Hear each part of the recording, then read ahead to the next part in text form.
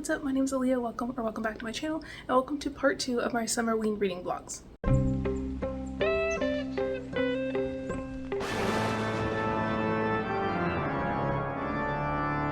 So we are in part 2 of Summerween. Happy Summerween if you've been participating in the readathon.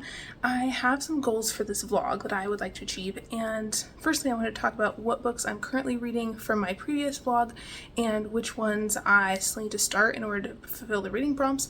I'll also leave all of the links to my Summerween TBR and my first Summerween vlog down below in case you want to go check those out. So let's go over what I'm currently reading. So right now I'm in the middle of Sheets, How to Marry a Lich, Home Before Dark, and Swift and Saddled, and then I need to start The Nice House on the Lake, House of Hollow, and Another Kind, and I think that's it. So those are all the books that I either need to finish up reading in this vlog or want to start and finish, which is honestly a really tall order because that's a lot of books, but I'm going to do my best. And I also have one more Summerween reading prompt I need to finish. So these are the Summerween reading prompts that Gabby gave us for the readathon, and the only one I need to finish up is reading a book set in the summer, and I believe that The Nice House on the Lake counts for that prompt, so I need to make sure that I read that one in this vlog for sure so I can complete all the reading prompts. And then I also would like to finish up some of the prompts on the Summerween bingo board, and some of them I already finished up in my previous vlog, but there's still a few more that are more like activities that you can do that go along with Summerween versus like the reading prompts. So the first one is read a book in the dark, and I completed that. The second one is watch a scary movie, and I don't really like scary horror movies. Like, I love horror books, but the movies aren't really for me, but I would like to watch some kind of Halloween movie for that. And then the third one is read a book with 5 words in the title. I did that. Read a book that takes place in the summer, need to finish that. Read a horror thriller, did that. Bake a fall inspired treat. I need to do that in this vlog too. That's going to be a little bit tricky because it's really, really hot in our place, and using the oven is, you know, kind of an interesting choice when you're already dying of heat stroke, but we'll figure that out. And then listen to a Halloween playlist. I do have a Halloween playlist I made on Spotify a few years ago, and I could listen to that. And read a book outside. Okay, I can do that. I kind of want to go outside and read in like my hammock, maybe in like the Arboretum or something. That would be really fun. And then the last one is read a book with a night sky on the cover, and I did that too. So that's kind of where we're at with the bingo board, but I would like to complete that. If I don't hit all of them, that's okay, but I think a lot of the activities are like pretty doable, so I think I could do that in this vlog as well. So that's kind of where I'm at with all of the things, and without any further ado, let's get into the reading vlog. Hey, are you trying to eat my plants again?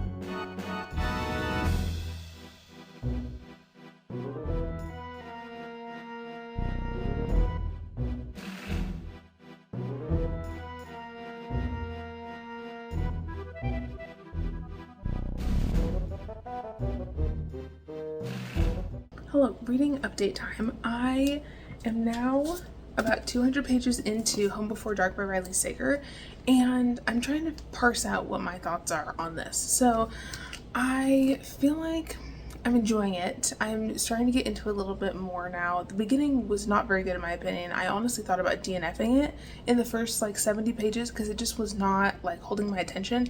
And I feel like this book is really similar to The September House, except The September House really did it a lot better. Like there's not a lot of like super big horror moments in here. I feel like The September House is very similar in terms of like the haunted house vibes and the family elements and that kind of thing, but that book really went there with the horror stuff, and this one does not do that as much. And also with this book, I'm struggling a little bit because we're going back and forth every other chapter between our main character Maggie's POV and her father's POV when he wrote his book when the family originally lived in the house. And her dad is like experiencing all these weird things in the house, and then in the following chapter we get to see Maggie experiencing like the exact same thing or something really similar, and it kind of gets repetitive when you have these chapters where it's like, okay, you know exactly what's going to happen and it feels really predictable, and it just gets a little bit dull, if that makes sense. So that's not super gripping for me, but there are a few things in here that I'm like curious about, and Riley Sager's writing is just really addictive for me, and I always fly through it really fast. So I already read like half of this book, and I read almost all of that today. So we're almost done with this. I feel like I'm probably going to be able to finish this tomorrow, and that's really exciting. So I'm excited in terms of like I'm getting through this book really quickly, but in terms of my enjoyment, I feel like it's probably sitting at like a 3.5 for me right now. We have gotten some more reveals. So Maggie has now gone to Bainbury Hall and she's moved in, and she's decided she's going to renovate it and then try to fix it up and sell it.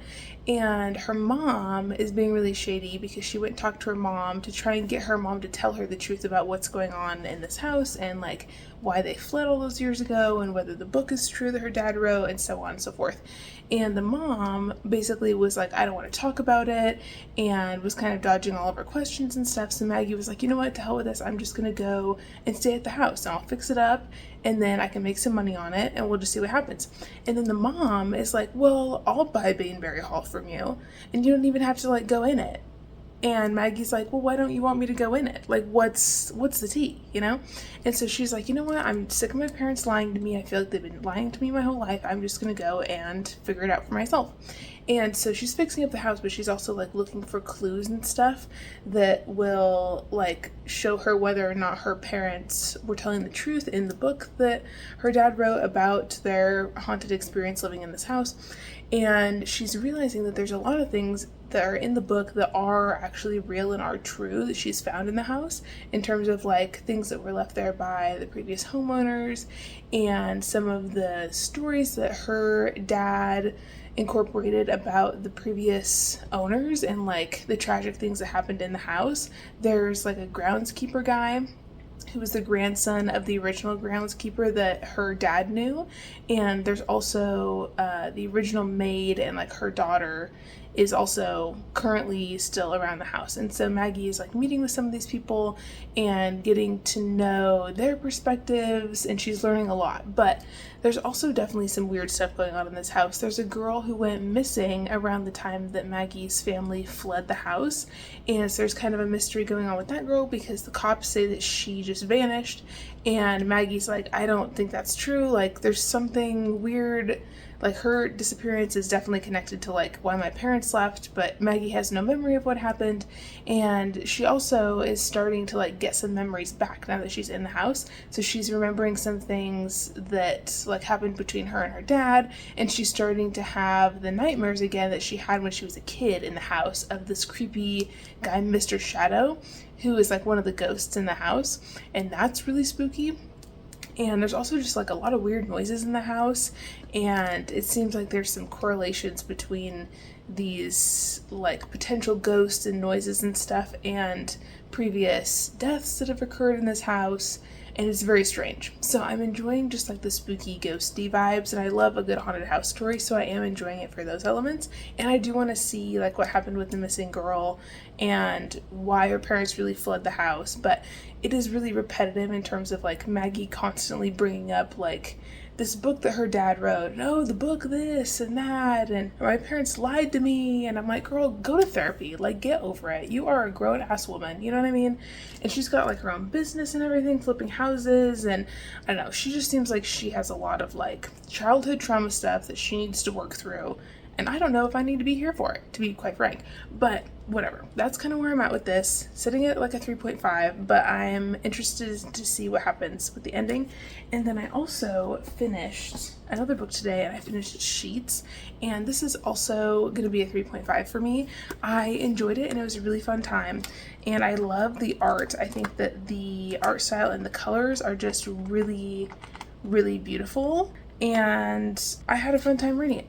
So like these are some of the colors, and there's just some really fun like full page scenes in here too that I thought were really cool, like this one of Wendell the ghost, and I really liked it. But I will say that it's not really what I was expecting, which is okay, but I thought there was going to be more of like a friendship between the ghost Wendell and our main character Marjorie.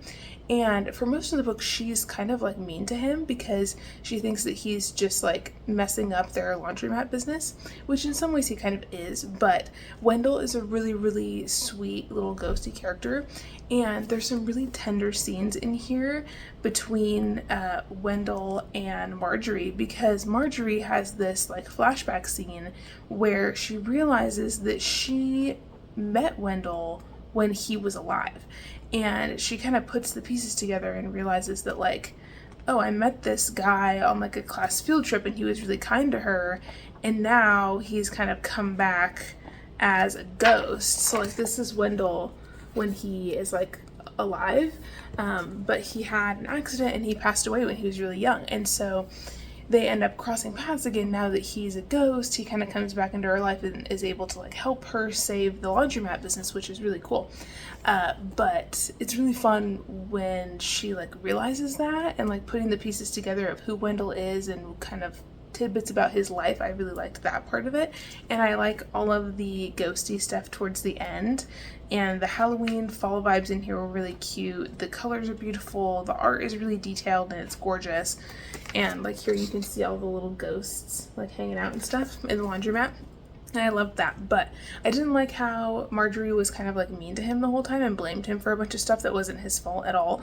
And the whole thing with her dad in here being like just not present at all or like helpful with this business at all was kind of weird to me too. And like at the end it's kind of like, oh, he's just magically like not depressed anymore and is like treating her well, and the guy that she has a crush on, that we kind of infer that she has a crush on him, but they don't actually like talk really at all, he like magically asks her out, and you know what I mean? So like the ending was kind of rushed, I feel like, and everything kind of just like wrapped up in this perfect little like package. And I feel like that was a little bit like not super realistic and maybe not totally believable, because we didn't get really anything in terms of like her dad coming out of his like grief and depression and her having a relationship with this boy. It's all just kind of like on the periphery, like we kind of are aware that these are other things that are happening in her life, but it's not actually like really shown very much in the book. And I really wanted more like fun scenes with her and the ghost Wendell, but I do love Wendell. He's my favorite character in here. He's great. So I know that there's like sequels to this. I think there's like at least 1 or 2. So I might look at those as well, maybe in the fall. But right now I'm gonna give this one a 3.5. I liked it, but I did not love it. So that's where I'm at with my reading. And I'm gonna go to bed because it's like 1 in the morning. And I will talk to you tomorrow.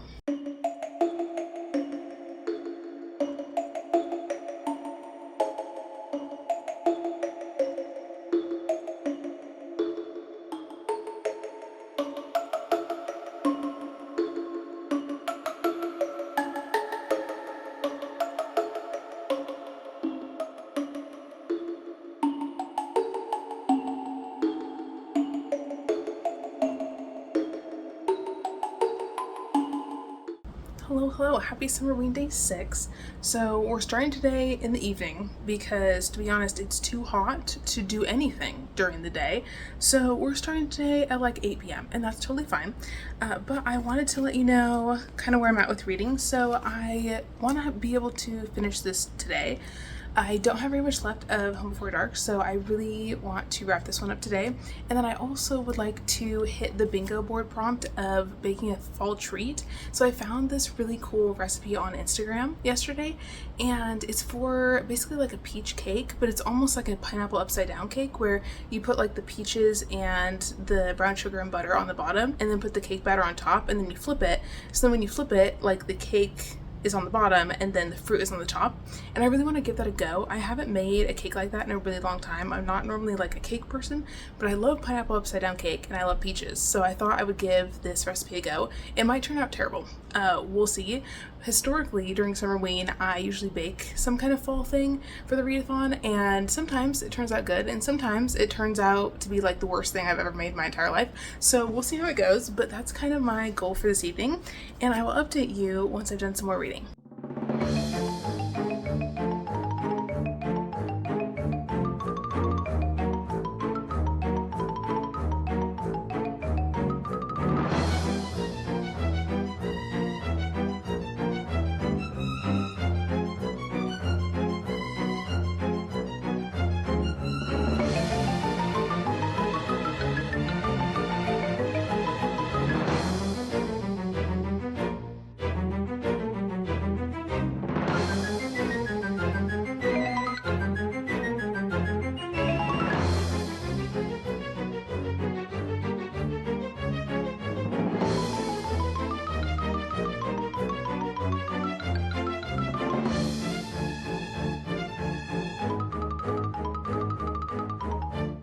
Hello, reading update. I have now finished Home Before Dark by Riley Sager, and I wanted to give you kind of my pros and cons and general thoughts on this book. So, first of all, I have only read one other Riley Sager, and it was the only one left, and I really enjoyed that one. I feel like I liked that one a lot better than I liked this one. So to me, this is kind of like a worse version of the September House. Granted, the September House came out after this, so I would say if you're looking for a haunted house story that has kind of that ghosty element and kind of vibes of like American Horror Story Season 1, I would go with September House over Home Before Dark. But that being said, let's talk pros and cons of Home Before Dark. So pros first, I liked the house. I think the house is very creepy. The whole backstory on Baneberry Hall was super interesting. I really love stories like that where they go through all the different owners of the house and they kind of explain like the mysteries behind all these people and how they died and who died in the house and what their backstory was and like the tragedies that happened to all these different families and how they're kind of like interconnected. And in this story, Baneberry Hall is kind of interesting because the groundskeeper guy, Hibbs, says that the house remembers, and it remembers like everything that has ever happened within its walls. And it seems like the haunting kind of started after the original owner's daughter committed suicide because the dad basically told her that she couldn't run away with her lover because the guy was like a broke artist, and so she was so upset with her father that she like took her own life. And supposedly it happened like in the house, and ever since then bad things have been happening on the property and a lot of people have died, and especially young girls who were staying at the house with their fathers. And at one point the house was like an Airbnb, and so some of the girls who passed away were like guests who were staying there with their dads, and some of them were like father-daughter duos who were parts of like the extended family of the original people who built the place, and some of them were like owners and stuff before Maggie's parents bought it. And it's just really interesting hearing about the backstory. And then there's different items in the house that belong to like previous owners, and they kind of still are in the house. And it's weird because like Maggie will go into a room and there will be like a teddy bear on the desk, and she's like, what? I didn't put that there. Like, where did that come from? And the next time she goes in the room, it's gone. And the teddy bear was like owned by another girl who was involved with the house, and things like that, where there's still remnants of all these people and these items that belong to people who have passed away in the house like move around on their own, and it's very creepy. And then in the dad's chapters where he's talking about his experience with Baneberry Hall, there's a lot of talk about ghosts, and I really liked that element of it. And he finds a way to communicate with the ghost of the previous dad from the family who owned it before them, and his name was Curtis. And so basically our main guy is talking to this guy, Curtis, and he thinks that Curtis killed his own daughter in the house, and then he starts realizing that maybe that's not the case, and he's trying to figure out, like, who hurt them, and was it Curtis, was it somebody else, like another ghost in the house, and how can he protect his daughter, because it seems like the ghosts are starting to kind of maybe not come after his daughter, but they're like basically telling her that she's gonna die in the house and really creepy stuff like that. Maggie, when she's 5 years old in this, is super freaked out, and the dad is just trying to figure out how to keep her safe once he digs into the backstory of the house and figures out all the creepy stuff that has gone on, because the realtor only told him about the previous family that had like a murder-suicide with the dad and the daughter. But it turns out there's this whole history from way before that goes way back to when the house was first built, and that was in like the 1920s or something like that. And ever since then there's been like stuff going on with people dying in the house, and it's so like old that you have to go like way back into the newspapers to be able to find all of these cases of people passing away and stuff.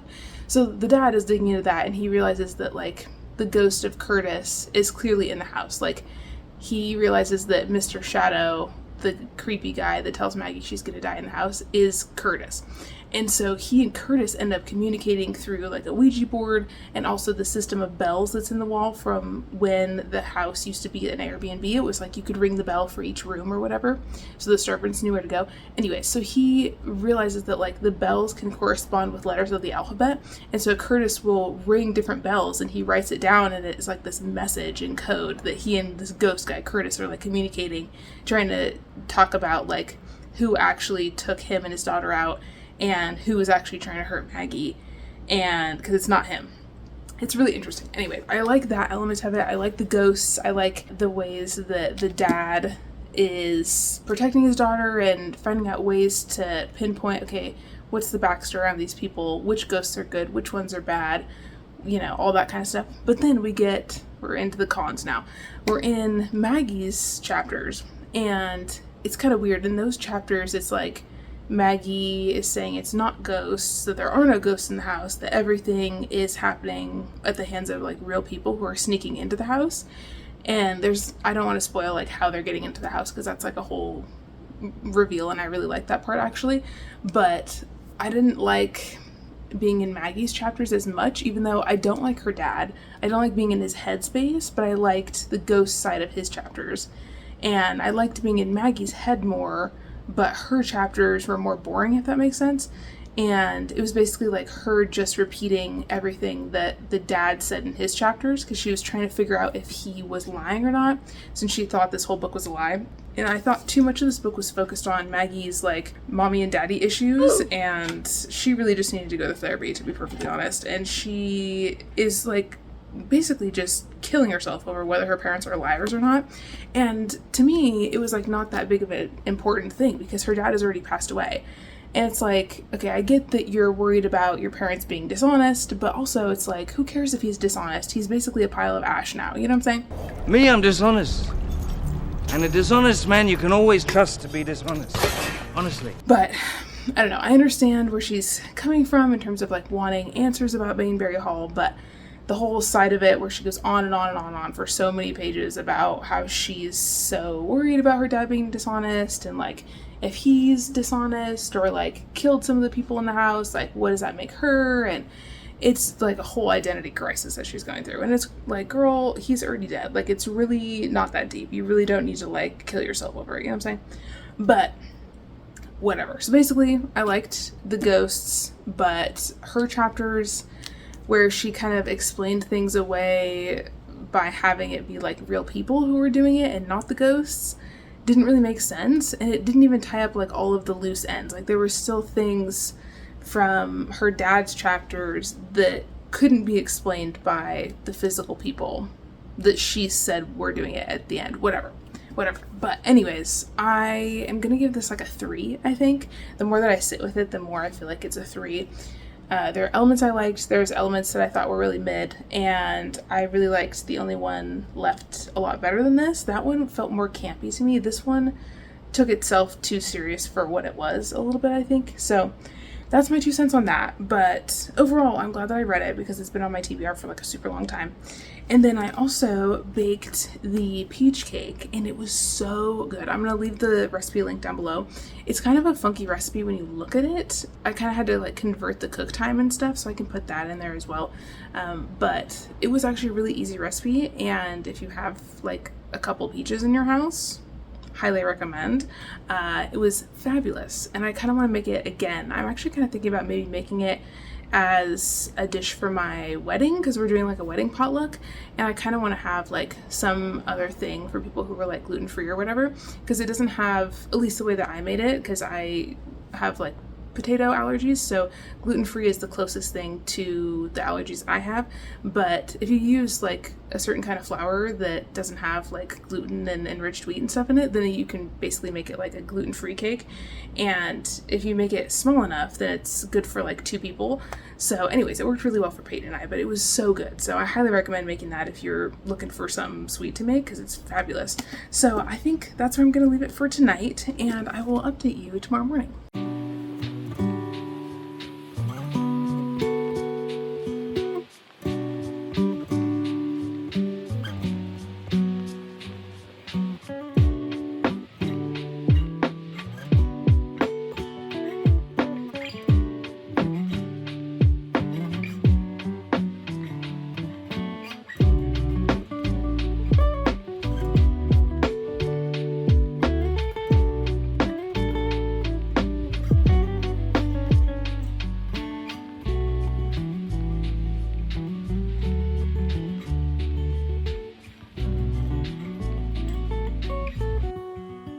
Hello, good morning, happy day 7 of Summerween.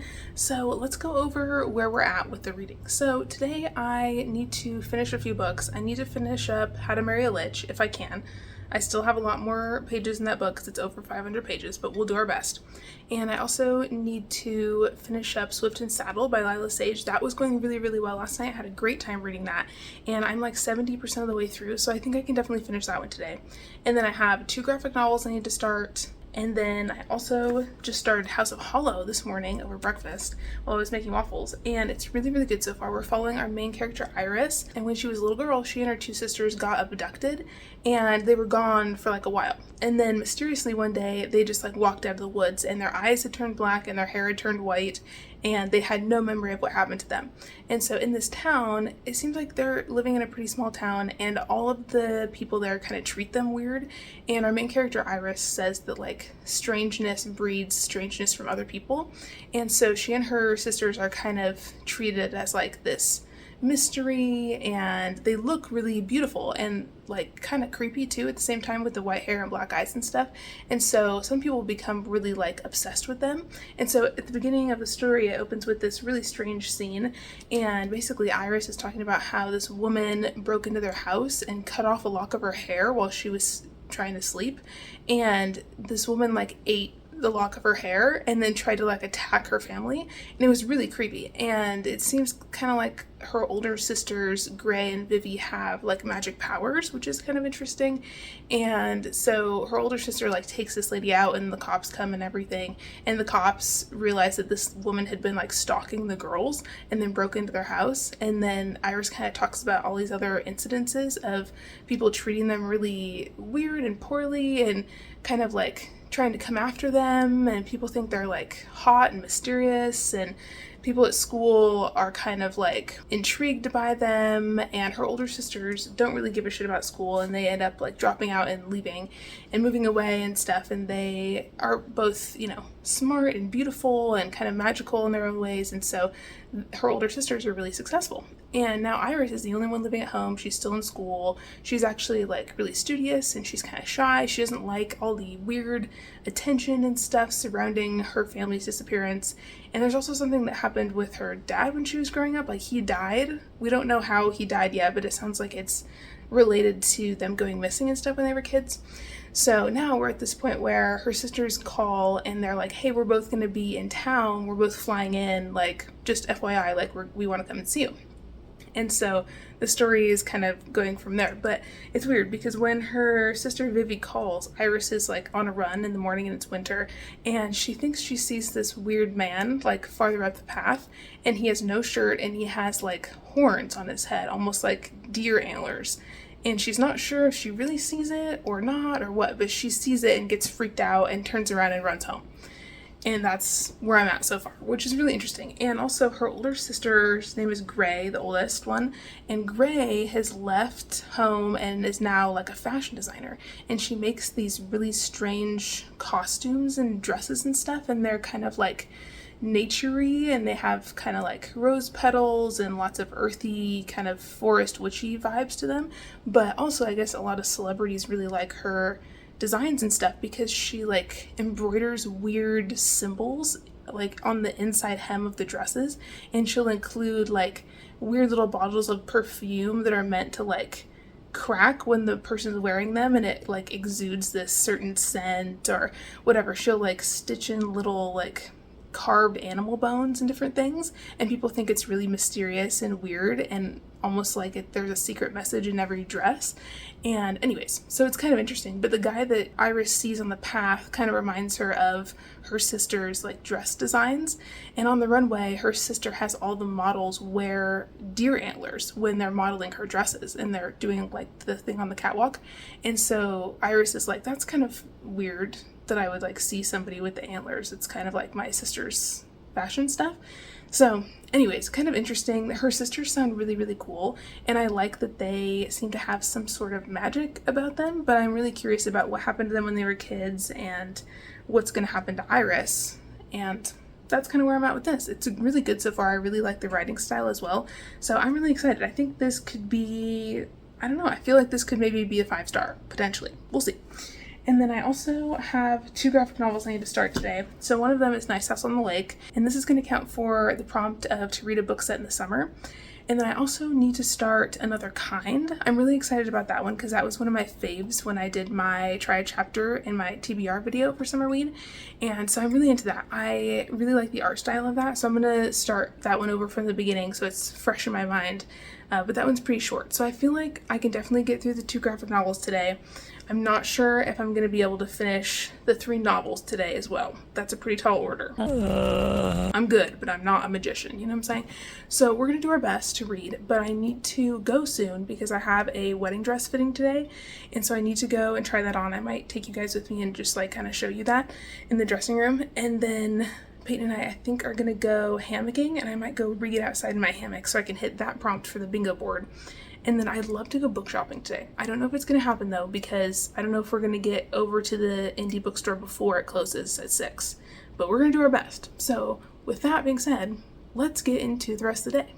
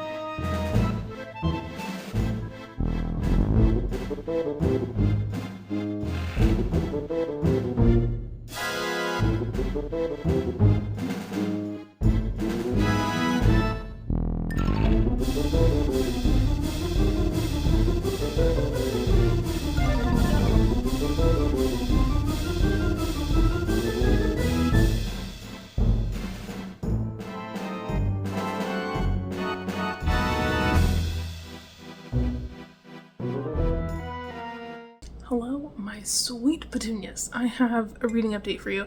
I took a couple of days off from this vlog and kind of put it on pause because I was really busy doing like family stuff. We had family in town and we had recently visited Peyton's family as well, and we just have a lot of stuff going on. Rigby's getting neutered this week. We just got him a new cat tree.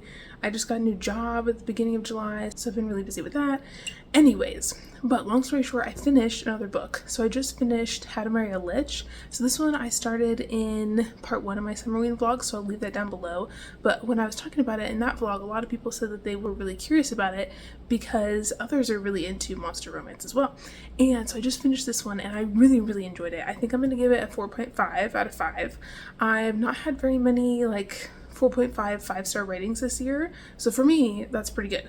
And basically this one's about this girl Dahlia who's an elf, and she stumbles upon this man named Sebastian Rosemont because she's being chased through the forest one day and she ends up getting attacked on the grounds of his manor, and he ends up basically saving her life. And she's gone to this manor many times over the last 5 years because there's this beautiful garden in the front lawn and there's like a graveyard and stuff, so she goes and reads books to the ghosts in the graveyard and stuff, and he's been watching her out the window for many years, and then he saves her life one night and things kind of go from there. And our main guy Sebastian is a lich, and so he has all of these necromancy powers that are really interesting, and Dahlia has a family curse on her that she's trying to break, and she's dealing with a lot of things. She's just recently lost her mom and she's trying to get her inheritance, and she's fighting her stepdad for it, and there's a lot of different drama going on there. But basically this is a really fun monster romance, and it's a little bit different from some of the other ones that I've read in terms of like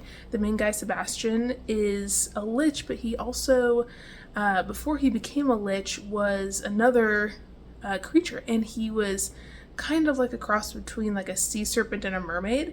And so there's some like ocean imagery in here that's cool, and he lives in this big beautiful haunted gothic mansion, and there's a beautiful library in there, and it's almost like Beauty and the Beast where he has this gorgeous castle but he's really lonely, and so he really wants to keep her there, and he has always had a crush on her ever since he saw her out the window for the first time. And so now they're getting to know each other and he just wants to help her and he likes her companionship, and the story progresses on from there. And I really liked how it ended. There was a lot of good stuff happening at the end. This book is like 560 pages. It's super long, so that's also part of why I wanted to like take my time with it and finish it out in this vlog, even if it took me a little bit longer to actually wrap up the entire vlog because this book is so long.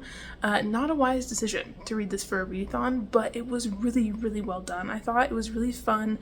There's a great cast of characters in here, and there's a really cool found family element because Sebastian has all these people who are kind of like lost souls who have gravitated towards him over the years, and he's kind of taken them in. So he has like a banshee lady, Agatha, who's kind of like the housekeeper at the house, and then we have Kevin, who's a zombie, and he got turned into a zombie and was like wandering lost through the woods, and Sebastian took him in. And there's all these other creatures who live in the house who do various jobs, but they're all really sweet, and Dahlia cooks dinner for them, and they have family dinner, and towards the end they go on like a family vacation to the ocean, and it's really sweet. And there's also this whole plot in here with Dahlia's inheritance, because her mom left her this inheritance, but in order for her to get it she had to get married. And so she and Sebastian have this like marriage of convenience going on, which is a cool trope in here. And she also is fighting this god in here because she has a curse on her family. Her ancestor made a weird deal with this like evil god of madness, and the god is now coming after Dahlia because it's like a generational curse, so it gets passed down to like the next gray skull in the family line.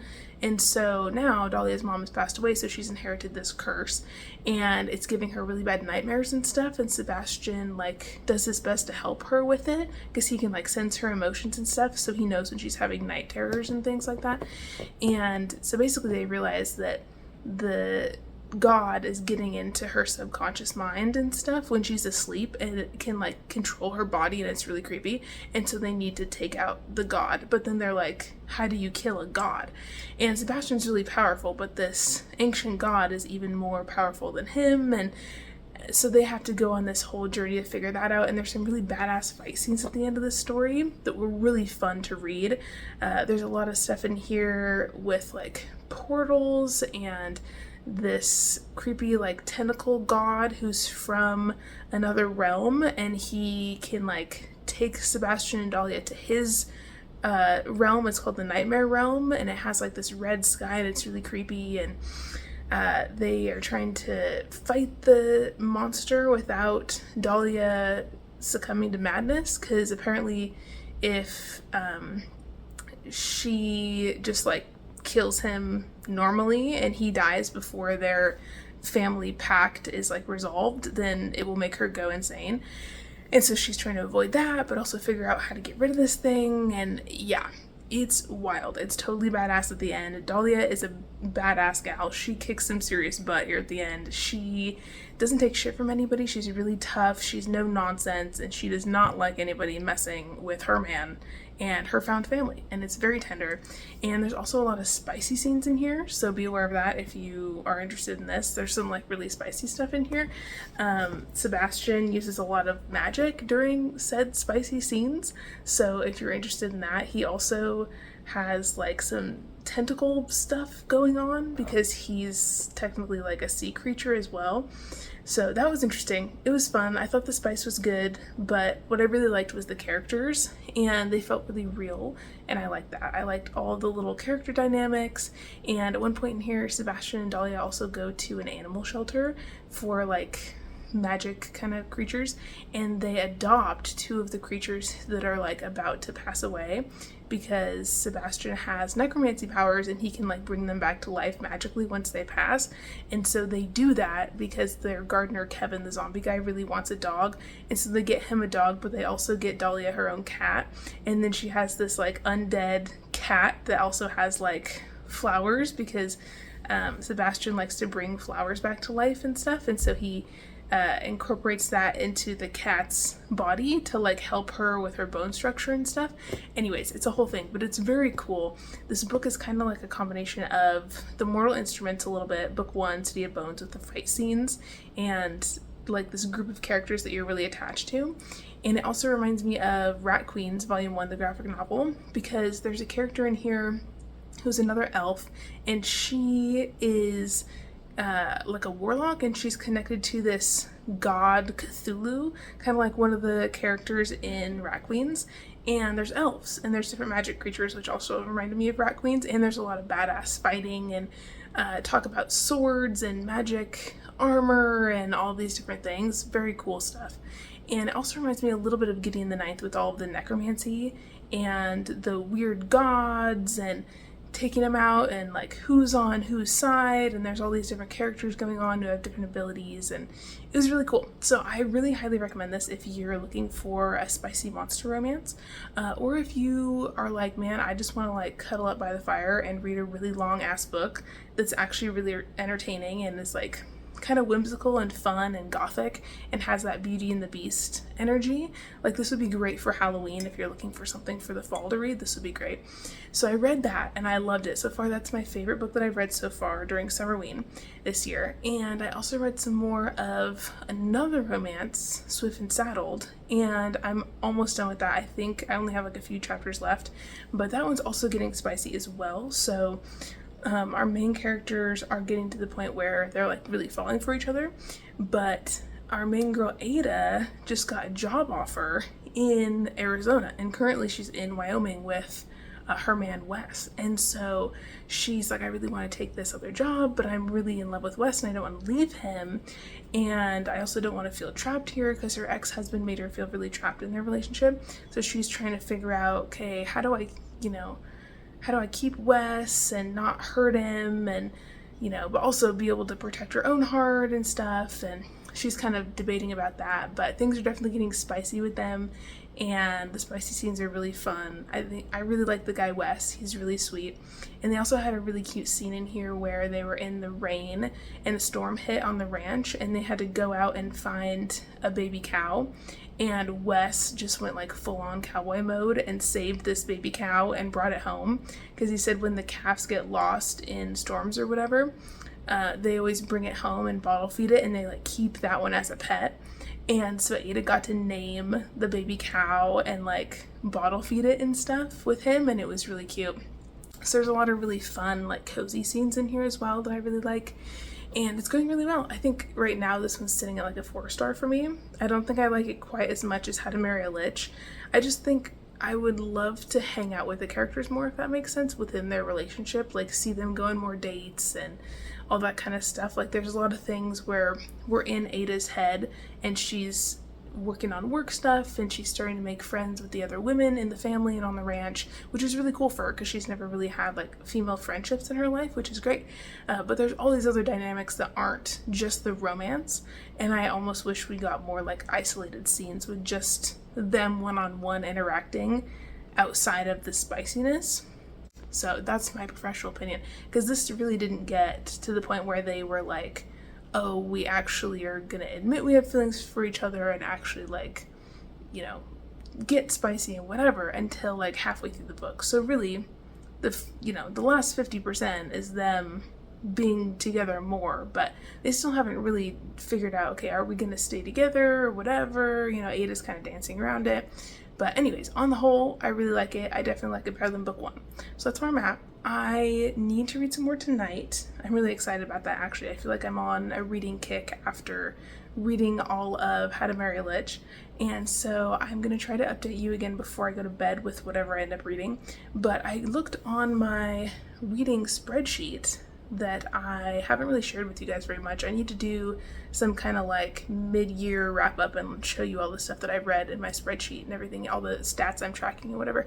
But so far I've read over 1,400 pages in July alone, which I think is really impressive. And How to Marry a Lich is the longest book that I've read so far in 2024. So that's very exciting. I'm very happy with that. Pat on the back for me for being a reading machine. So with that being said, I am gonna go read. Okay, late night reading update. Sorry for this face and this hair, but I just finished Swift and Saddled by Lila Sage, and I'm gonna give it 4 stars. I really enjoyed it. The end was really, really sweet, and I've been thinking about it a little bit more, and I really liked the spicy scenes in this book. The couple Wes and Ada have a lot of spicy tension, and I really, really enjoyed that. And so I think I'm sitting at a solid 4. I definitely liked it better than Done and Dusted, but I still feel like there's room for growth with this series. I feel like book 3 with Gus and Teddy is going to be even better than this one.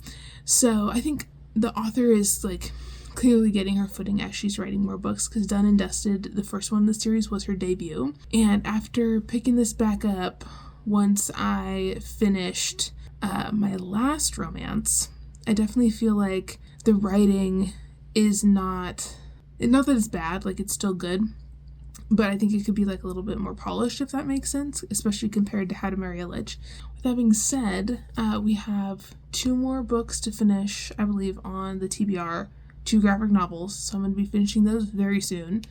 And I was also looking a little bit more into other books that the author Lizzie Strong, who wrote How to Marry a Lich, has written, and I was thinking that maybe it's a series, because towards the end of the book there's some other couples that come into play and some other characters that they mention, and on Goodreads it doesn't actually say that there's a series that it's in, but this author has like 5 or 6 other books set in the same world in this like town called Kingsfall. And so a couple of the people who were mentioned in How to Marry a Lich also have their own books, and so I found a whole bunch of the books on Everand, which was previously Scribd, And also, when I read How to Marry a Lich, it's on Hoopla. So if you have Hoopla, you can read it on there. But they only have a couple of her other older books. They don't have the newer ones that are set in the same world. And so online it doesn't say anywhere that they're in the same series, but they are sort of like companion novels, but it says you can start anywhere in the series. So I think I'm going to go and read the older ones because How to Marry a Lich came out in like February of 2024 and I didn't realize it was that new. So she has some other ones that are like 2021, 2022 releases, and there's one in particular I want to pick up, and it's called Hauntings and Company, and the couple from that played a large role in like the ending fight scene in How to Marry a Lich. And I think they're going to be really cool and interesting. It's like a boss-assistant romance dynamic. So I'm going to look into that and read that soon too, I think. And I'm really, really excited. This could be like a new fun author for me to pick up, I think. Because a lot of her stuff looks really fun. And she's got a bunch of monster romances. So I'm really excited. So that's where I'm at for the night. And I will update you again probably tomorrow.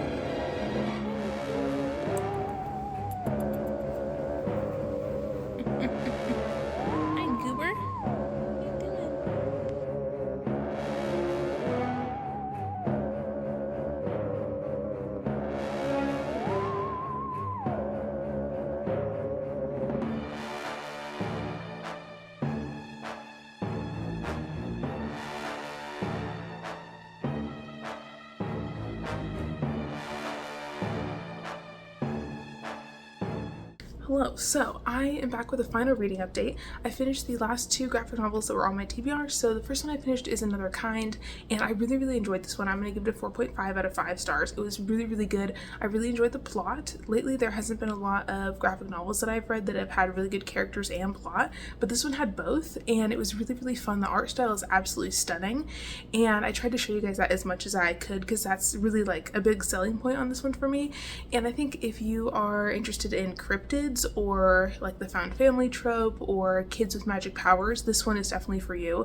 I personally really love cryptid stories, and this one's really unique because there's a lot of like different kinds of creatures in here. So we're following a core cast of characters that are young kids, and some of them are like really young. Like the youngest one, Maggie, she's probably only like 6 or 8 or so, and then the oldest guy, Omar, is probably like 16, 17 or so.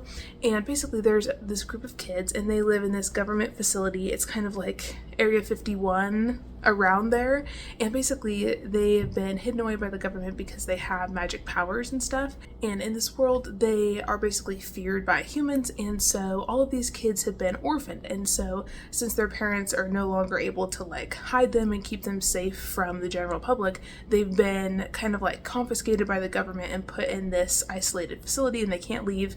And they've been training the kids and studying them and stuff, and they're kind of like under surveillance 24/7, but the kids, I mean, they're kids, so they really are just like learning about their own powers, and they are like getting to know each other because some of the kids have been there for a long time. So Omar, he's a Yeti, he's the oldest, and then Maggie, she's the youngest. She is not like a super defined creature. Basically she is like amphibious, and she has like tentacle hair and stuff, which is really cool. So she kind of looks like a human girl, but she has like these underwater tentacle powers, and she can communicate with fish and stuff, kind of like Aquaman, which is really cool.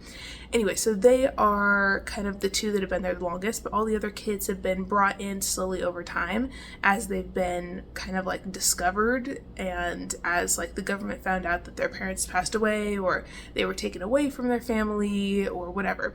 And there's also this creepy guy in the story who is an old man. He lives in this like really isolated estate in Washington, and he basically is called the Collector. and he is collecting magic beings, and we don't know why. He's kind of like this big bad creepy dude in the background of the story, but basically our main characters are doing their thing at the facility, and then all of a sudden the facility has a breach and they are supposed to be moved to a different isolated location, but something goes wrong during the transport and the kids end up having to fight for their lives and escape. And so now they're in the world for the first time, and they are kind of just trying to survive and trying to hide their abilities from like the normal humans and stuff and get like a lay of the land. And they basically end up meeting all of these different they're called irregularities in this world, like other magical beings or like half human half magic being hybrids. Anyway, so they meet all these other irregularities in different states across the US along their journey, and it's really cool and really interesting. So there's the kids, who are a yeti, like a octopus tentacle monster, that's Maggie, will-o'-the-wisp, that's Sylvie, a bear shifter, that's Jolly, he's really cool, and then there's another kid, Newt, who is like a lizard man, and then there's another girl, Clarice, who's a Selkie, which basically means that she can turn into a seal, which is also really cool.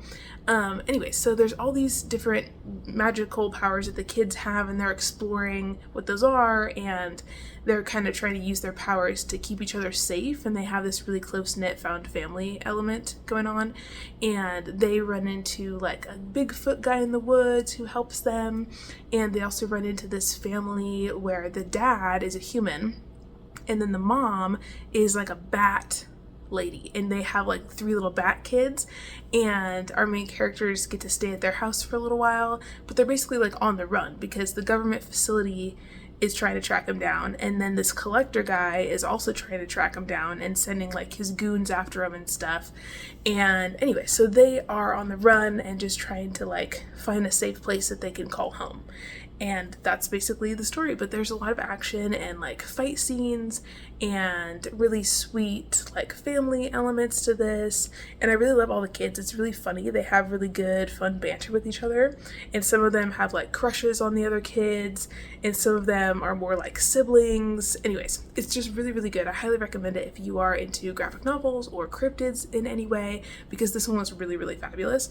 And then the other one that I read is The Nice House on the Lake Volume 1. So this one I thought was like just a standalone graphic novel. It's not. It's the first in a series, and the series is not complete yet. So now there's only 2 volumes out, and I guess volume 2 is not the finale. I thought it was. It's not. So I don't know if they're like still actively publishing books in this series, or if it's like at a standstill at the publisher, or what's going on. But anyways, this first one, we're following this group of people, and they have all been invited by this man Walter to come to his lake house for the summer in Wisconsin. And basically they all know him in various ways. Some of them he went to high school with, some of them he went to college with, some of them he just met like at different parties and stuff in his adult life. But basically he's chosen all of them to come together to this place, and he's basically like, I really want to catch up, like I know some of you know each other, it's going to be a great time, like, it's been too long, we should get together. And so all these people come to this house, and then shit starts getting weird. So I thought originally that this was like a horror, maybe like a gory kind of a story, because the art style is kind of intense, but that's not really what this is. So basically, I'm going to put a little spoiler up right here. If you don't want to know anything about this book and you want to go in blind, that's fine. Just skip ahead to when the spoiler sign is off the screen. But I want to explain it, because otherwise I can't really like talk about this at all. But anyway, so our main guy, Walter, he is not a human, and basically he's some kind of like alien entity, and his species is going to destroy Earth. And so he has handpicked some humans that are supposed to be like the cream of the crop, like really good in their specialized fields, diverse group of people, but they can get along with each other. And they are supposed to be the ones that survive the apocalypse. So basically his species is going to eradicate all the other humans on Earth, except for this one pod, this one group, and they're going to be like isolated together so that they can be studied by the alien species. Got it? Very strange. So basically, none of them knew that Walter was an alien, and they just thought he was like their human friend guy. He's not. And he's basically set up kind of like these different puzzles and clues and things at the house for them to like discover. So like there's a locked safe that has a bunch of like guns and C4 ammunition and explosives in it, and there's also certain rules to the place, like they can't hurt each other and they can't die. So basically they're stuck forever in this house together. And some of them are like exes, some of them are married, some of them like they have a spouse but he didn't invite the other spouse, so like the one spouse died and they know that and they know it's his species' fault. Anyways, there's a lot of different beef going on. Some of them really don't know the others at all. It's a very mixed bag, but some of them are like funny and kind of trying to make the best of things. Some of them are like really depressed. Some of them are like kind of trying to be secretive about Walter and his motives and stuff because they're like really, really close friends with him. And anyway, it's interesting. I like the premise. I like the whole like alien thing. But basically they get to the house and then they're hanging with Walter. And then all of a sudden one of the ladies goes on social media and she sees like all these crazy posts across all these different platforms about like the world is on fire, people's skin is like melting off, like it's very nasty. Anyways, the aliens have basically like lit the whole planet on fire and are eradicating everybody, and they are stuck in this like clear dome over the house. They're stuck on this property on the lake. But Walter is basically like, you know, this is how it is, like I was tasked with selecting this group and like I just need you guys to like relax, there's nothing you can do about it. You know, I tried to make this place as good for you as possible. There's all of these like specialized supplies, like the artist painter guy has like painting supplies and that kind of thing. And there's also a thing where Walter gives them a notepad, and so anything they write on the notepad, they will get it in the mail the next day. And so some of them have asked for like crazy things, like every outfit that Leonardo DiCaprio wore to XYZ vacation or whatever, and sure enough it will show up on the doorstep the next day. So they have whatever they want, they have explosives, they have as much food as they want, they can like write it on the list and it will show up the next morning. And it's very strange, but it's like they don't want for anything and they're alive and they're safe, but they're also trapped and isolated, and everyone that they know and love back home has been killed by the aliens. So like very weird vibe. But overall I enjoyed it. I'm gonna give it a 4-star. It was good. I liked the plot. But there's a lot of characters, and each of the characters is assigned like a little symbol by Walter. And so basically if a package comes in the mail and it has their symbol on it, that's how they know it's for them. And that's kind of interesting. There's like things around the property that have their symbol on it that they can like interact with, and that's also like part of the rules of the whole house. Anyways, it's interesting, but I feel like not a lot actually happened besides like the crazy premise and the setup, and we slowly get introduced to all these different characters. Like each different section is from a different person's POV, but I didn't feel like I got to know most of them very well. I feel like there's only 2 where I feel like I kind of know some about them, but you know, it wasn't very in-depth in terms of like the character development. And the plot's interesting, but I feel like it probably could have just been 1 volume, if that makes sense. Like, not a lot happened in here. They could have just added more pages on, like another like 30-40 pages, just make it a little bit of a thicker volume. And then we probably could have gotten the whole story, because I was looking at reviews for volume 2, and granted I haven't read volume 2 yet and I need to, but people were saying volume 2 kind of just felt like fluffy filler stuff. Like that one didn't really give a lot of answers either to what's happening, and it's not the conclusion to the series. So I don't know, maybe this is just like a lot of setup and then they're taking it to like a more expansive place in future volumes. I'm not sure, but I am curious to read on because I want to know what's going to happen to these people in this house. But it wasn't as like gory and violent and nasty as I thought it was going to be. I was kind of nervous to read this, but it was more like kind of sci-fi and like interpersonal relationships and that kind of thing, and that was interesting to me. So anyways, overall I'm going to give it like a 4, but I also feel like the more that I sit on it, it could dropped down to like a 3.5 just because the character development wasn't super strong for me. But anyways, that's where I'm at with all the books. I actually got through my whole TBR, which is super exciting. And I'm really happy with everything that I read. Overall, I really enjoyed just about all the books that I read. I think my two favorite ones were How to Marry a Lich and Another Kind. And then my third favorite was probably Swift and Saddled. So those are my top three. All the other ones were good, but they weren't like top tier for me. House of Hollow was good too, but I don't think I didn't like it as much as some of the other ones, if that makes sense. So anyways, that's kind of where I'm at. Thank you so much for watching. If you made it to the end of this video, leave me a jack-o'-lantern emoji in the comments. And thank you so much for watching, and I'll see you in another video very soon. Bye!